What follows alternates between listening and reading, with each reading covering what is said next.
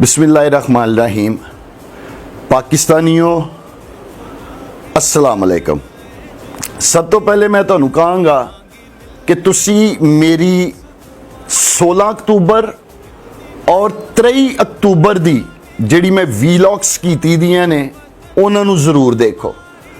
6 महीने पहले मैं ये दसिया सी और तुहानू सारा नक्शा समझ दे विच आ जाएगा कि इमरान खान दी हुकूमत दे पिछे दर हकीकत कौन चढ़िया दा वे इस वक्त, और कौन चाहता है कि इमरान खान दी हुकूमत पाकिस्तान दे विचों ख़त्म की जाए।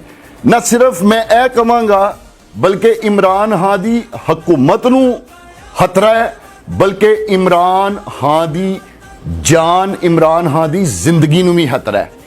पाकिस्तानियों, ਇਹ ਜਿਹੜੇ लोग ਤੁਹਾਨੂੰ ਅੱਗੇ नज़र पे आते ने ये सिर्फ बैनल अकवामी एजेंट ने, एजेंट ने अगे एक गुलामा दी फौज है जिहड़ी पाकिस्तान नू फिर दोबारा गुलामी दी जिंदगी दे विच वापस धकेलना चाहती है, खड़ना चाहती है। मैं पाकिस्तानियों तुहानू गुजारिश करा, अज पाकिस्तान दे विच या इमरान खान दा वोट है या एंटी इमरान खान वोट है। हुण किसी और जमात का कोई वोट नहीं है, कोई मुस्लिम लीग का वोट नहीं, कोई JUI का वोट नहीं, कोई पीपल्स पार्टी का वोट नहीं।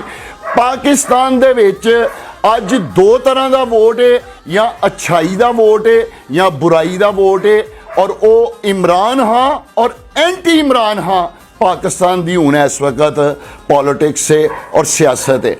पाकिस्तानियों, जो का तमाशा लगा है मैं तुहानू दसना चाहवां, जो दियां गल्लां पियां आंदियां ने कि मियाँ शहबाज शरीफ साहब वजीर आजम आ रहे ने।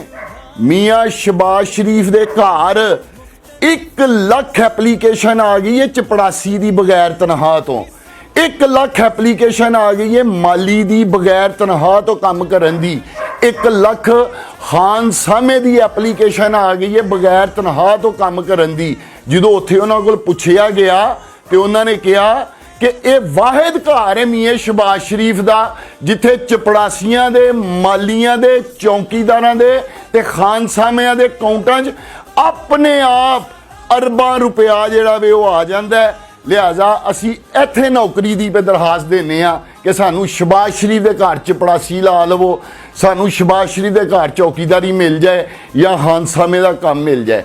पाकिस्तानियों, दूसरा मैं हुण तुहानू दसां, जो तुसी मगरब और अमेरिका की गुलामी नू कबूल करदे हो तो फिर तोहफे दे विच फिर तुहानू कावे मुसावी का स्टेटमेंट मिलता वे।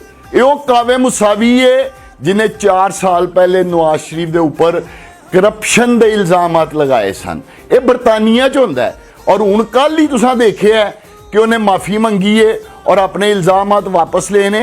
बुनियादी तौर पर यह बैनल अकवामी ताकतां की तरफ तो एक तोहफा दिता गया है पाकिस्तानी गुलामां नूं। सो पाकिस्तानियों, मेरी तुहाडे अगे अपील है, गुजारिश है, रिक्वेस्ट है, वक्त आ गया, फैसला करो। और मैं तुहानू अपील करांगा कि अज पाकिस्तान जिस बंदे दियां हमदर्दियां पाकिस्तान नाल और अपने वजीर आजम नाल है, खुदा दा वास्ता जो हमदर्दी घर च बैठ के जाहिर ना करियो, बाहर निकलो, पहुंचो इस्लामाबाद परेड ग्राउंड जिथे इमरान खान ने पुकारे है, जिथे इमरान खान ने आवाज़ दी है।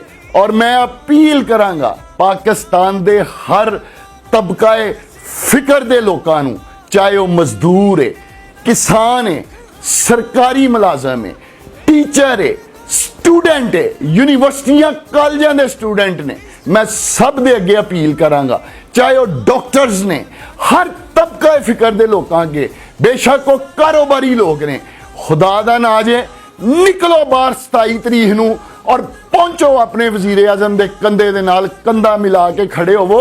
इस वक्त पाकिस्तान दे विच सिर्फ इकतदार की जंग नहीं लगी दी, इस वक्त पाकिस्तान दे विच उम्मते मुहम्मदी दा जिस इंसान ने मुकदमा UNO दे विच पूरी दुनिया के सामने लड़िया, जिन्हें इस्लामोफोबिया के खिलाफ आवाज़ उठाई।